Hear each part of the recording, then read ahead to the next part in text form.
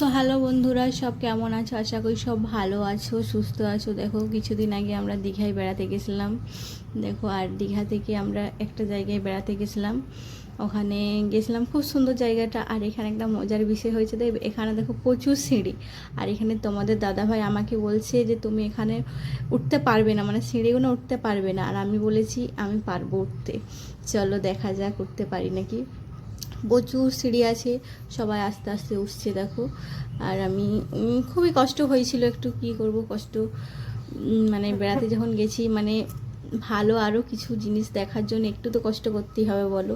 আর এই যে সবাই দেখো সামনে আছে, আস্তে আস্তে সবাই উঠছে, মানে অনেকই সিঁড়ি আছে। হ্যাঁ, আর তোমরা যদি এটা দীঘার কোন জায়গা তোমরা যদি জেনে থাকো একটু কমেন্ট করে জানাবে। হ্যাঁ, আর দেখো সবাই উঠছে আস্তে আস্তে, একটু তো কষ্ট হবে, বাট কষ্ট হলেও কিছু করার নেই, ভালো কিছু দেখার জন্য একটু তো কষ্ট করতে হবে বলো। এই যে দেখো সবাই উঠছে। আর দেখো ওই যে দূরে দেখো, ওখান থেকে অনেকটাই উঠতে পেরেছি কম, মানে এখনও যে মানে নিচে নামতে হবে, মানে উপরে উঠেছি এখনও নিচে নামতেও হবে আমরাকে। দেখো আসছে সবাই, পিছুতে আছে এখনও। দেখো খুবই সুন্দর জায়গাটা, দেখো দেখো চারিদিকটাই দেখো, খুবই ভালো লাগছে। এই যে এখানে দেখো, এখানে উঠে গেছি, আবার নিচে নামতে হবে ওখান থেকে। এই যে কমপ্লিট করতে পেরেছি, এই যে নেমে গেছি নিচে। এই যে দেখো সামনেই সমুদ্র।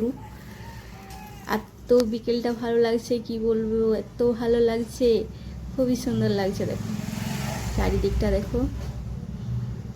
আর তোমরা যদি জেনে থাকো কেউ এটা দীঘার কোন জায়গা, আমাকে একটু প্লিজ কমেন্ট করে জানাবে। চলো বাই।